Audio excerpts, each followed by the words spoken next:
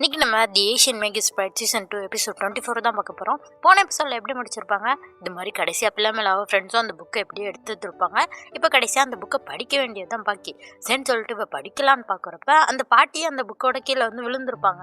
அவங்க வந்து பிள்ளைமேலாவோட மைண்டை கண்ட்ரோல் பண்ணுறாங்க. இது மாதிரி என்ன சொல்கிறாங்கன்னா, நீ ஒரு யூஸ்லெஸ், உன்னால தான் உங்கள் அப்பா அம்மாவும் மாட்டினாங்க, நீ மட்டும் இல்லைன்னு வையேன், நீ மட்டும் பிறக்கலன்னு வையேன், அவங்க தப்பிச்சிருந்துருப்பாங்க, நீ ஒரு வேஸ்ட்டு, எதுக்குமே உதவாதவ, அதனால தான் நான் உன்னை போட்டு அடிச்சுக்கிட்டே இருந்தேன் அப்படிங்கிற மாதிரிலாம் அந்த பாட்டி அவளை டிமோட்டிவேட் பண்ண அவள் வந்து சொல்ல ஆரம்பிக்கிறாள். ஏன்னா இப்போ அவள் யாருன்னு அவளுக்கு புரிஞ்சிருச்சு.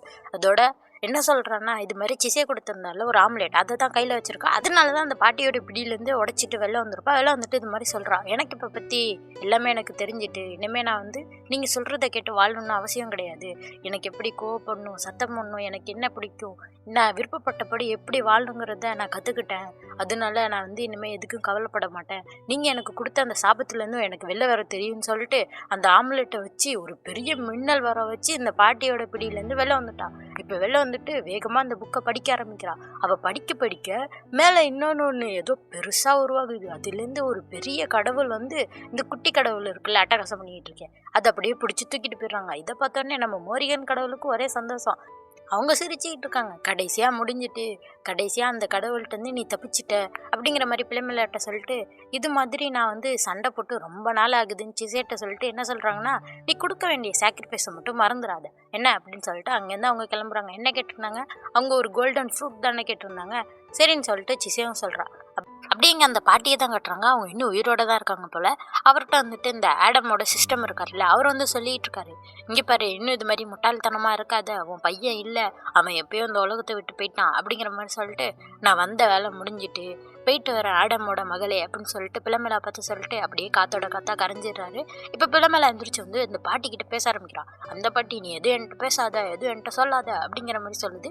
அவள் என்ன கேட்குறான்னா, நீங்கள் எதுக்கு அந்த வெப்ஸ்டர் ஃபேமிலியை தாக்குனீங்க, லூசியோட குடும்பத்தை, ஏன்னா லூசிக்கு நான் பதில் சொல்லணும், சொல்லுங்க அப்படிங்கிற மாதிரி கேட்குறா. அந்த பாட்டி சில பேருக்கு தான் அது தெரியும் அப்படின்னு சொல்லிட்டு சொல்ல ஆரம்பிக்கிறப்பயே அவங்க தலையார வெட்டிடுறாங்க. யாருடான்னு பார்த்தா குட்டியா ஒரு உல்ஃப் வெட்டி போட்டு அது பாட்டுக்கு புக்கை தூக்கிட்டு தப்பிக்க போக ஆரம்பிக்குது. அப்போ பார்த்தா ஃபேபியோ வந்து அதை அடிச்சிடுறான். அது பாட்டுக்கு புக் எடுத்துட்டு ஓட இங்கே பார்த்தா லூசி, ஐசக் இவங்க எல்லாருமே மேஜிக் பவர் கொடுத்தனால எல்லாருமே மயங்கியிருக்காங்க. சரின்னு சொல்லிட்டு அந்த குட்டி உல்ஃபை துரத்திக்கிட்டு ரூத்தும் இந்த ஃபேபியோட ஒரு மான்ஸ்டரும் ஓட, அப்பா பார்த்தா அந்த பெரிய வேர் உல்ஃப் வந்து அந்த மான்ஸ்டரை அடிச்சு போட்டுட்டு ரூத்தை அடிச்சு போட்டுட்டு அழுதுகிட்டு இருக்கு.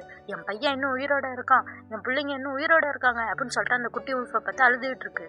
அப்போ பார்த்தா புக்கு போயிடுச்சு அப்படின்னு சொல்லிட்டு பிள்ளைமேல பார்த்துட்டு அப்படியே அவன் மயங்கிடுறா. சிசை பார்த்துக்கிட்டு இருக்கா. அப்போ தான் வந்து இவன் சொல்லிட்டு இருக்கான், நம்ம எஸ் இது மாதிரி அவன் நிறைய மேஜிக் பவர் யூஸ் பண்ணதுனால அவளுக்கு மயக்கம் வந்துடுச்சு, சரி ரெஸ்ட் எடுக்கட்டும்னு சொன்னால் அப்படியே சிசையும் பார்த்துக்கிட்டு இருக்கா. அந்த புக்கு தொலைஞ்சிட்டே அப்படின்னு சொல்லிட்டு, பரவாயில்ல அது நம்ம வேலை இல்லை, அது தொலைஞ்சிருச்சுன்னா நம்ம என்ன பண்ண முடியும், அதான் ஃபேபியோ பின்னாடி போயிருக்கானே அவன் பார்த்துப்பான் அப்படிங்கிற மாதிரி இவன் சொல்லிடுறான்.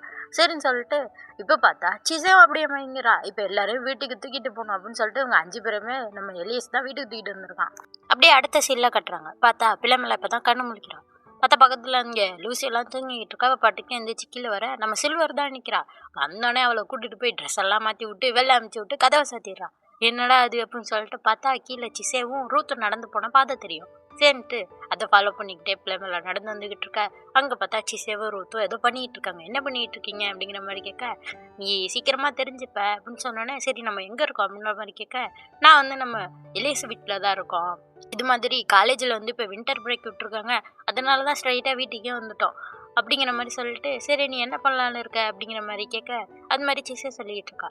வின்டர் வந்துட்டு கிறிஸ்மஸ் வரப்போது, மரத்தை டெக்கரேட் பண்ணணும், அப்புறம் நியூ இயர்க்கு ஷாப்பிங் பண்ணணும் அப்படிங்கிற மாதிரிலாம் சொல்லிக்கிட்டு இருக்கா. நீ என்ன பண்ண போகிற அப்படிங்கிற மாதிரி கேட்டால் அப்போ தான் அவள் சொல்கிறான், ஃபஸ்ட்டு எபிசோடில் வந்து சிசே சொல்லியிருப்பாள்ல, அந்த வாசனைப்படி 2 பேரும் ஒன்றா சேர்ந்து உருவாக்குவோன்னு சொல்லிட்டு, அதை தான் அவன் கூட சேர்ந்து பண்ணணும்னு ஆசைப்பட்றேன் அப்படிங்கிற மாதிரி பிள்ளைமேல சொல்ல, நிச்சயம் பண்ணலாம் அப்படின்னு சொல்லிட்டு 2 பேரும் சிரிச்சிட்டு இருக்க.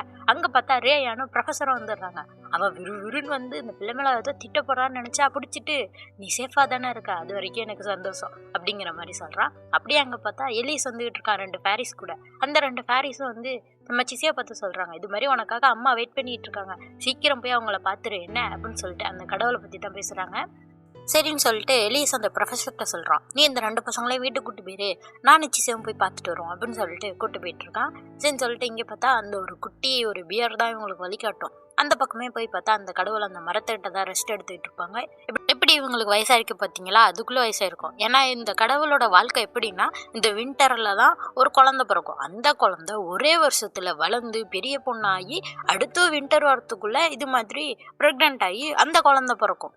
அப்படிதான் இவங்க வாழ்க்கையே இருக்கும் இந்த கடவுள். இப்போ சிசைய பார்த்தோன்னா அவங்க கேட்குறாங்க அந்த காணிக்கு அந்த கோல்டன் ஃப்ரூட் கேட்டிருப்பாங்களா, அதை வந்து குடுக்குறா. அதை வாங்கினோடனே டக்குன்னு அவங்களுக்கு ஒரு பொண்ணு பிறக்கிறா. இவ்வளோ பெருசாக தான் இருப்பா அந்த பொண்ணு. இப்போ இந்த பொண்ணு வளர்ந்து இதே வருஷத்துக்குள்ளேயே பெரிய பொண்ணாகி குழந்தை பிறந்ததுக்கப்புறம் இவளும் மறைஞ்சு போயிடுவா. இப்படி தான் இந்த ரொட்டேஷன்லேயே இவங்க வாழ்க்கை போயிட்டுருக்கும். கொடுத்தோன்னே அந்த பொண்ணு வந்துட்டு நன்றி சொல்கிறா சிசைக்கு. எங்கள் அம்மாவுக்கு இதை கொண்டு வந்து கொடுத்ததுக்கு ரொம்ப நன்றி அப்படிங்கிற மாதிரிலாம் சொல்லிட்டு அவளும் அங்கேருந்து போகிறா.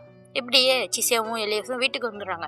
வீட்டுக்கு வந்துட்டு அந்த வாசனை பொருள் உருவாக்கலாம்னு சொல்லியிருப்பாளா, அதனால எல்லாருக்குமே காட்டிக்கிட்டு இருக்கா. இது மாதிரி தான் வச்சு பண்ணணும், துணியில் வச்சு தைக்கணும் அதுங்களை அப்படிங்கிற மாதிரி சொன்னேன்னே இங்கே வேற ஜோய் கேட்குறான், எனக்கு கொஞ்சம் துணியும் ஊசியும் கிடைக்குமா, நான் வந்து கிஃப்ட் செய்யணும்னு சொல்லிட்டு ஆளுக்கு ஒரு பக்கம் எல்லாம் பண்ணிக்கிட்டு இருக்காங்க. இதில் வேற நம்ம பிள்ளைமலோட விரல் தான் உடஞ்சிருக்குல்ல, அதுக்காக அதில் ஒரு மரத்தில் விரல் செய்யலான்னு சொல்லிட்டு நம்ம ஐஸுக்கு வந்து அளவெல்லாம் எடுத்துக்கிட்டு இருக்கான். இந்த பக்கம் பார்த்தா நம்ம சில்வர் பொண்ணா சமைச்சு வச்சுக்கிட்டே இருக்கிறா.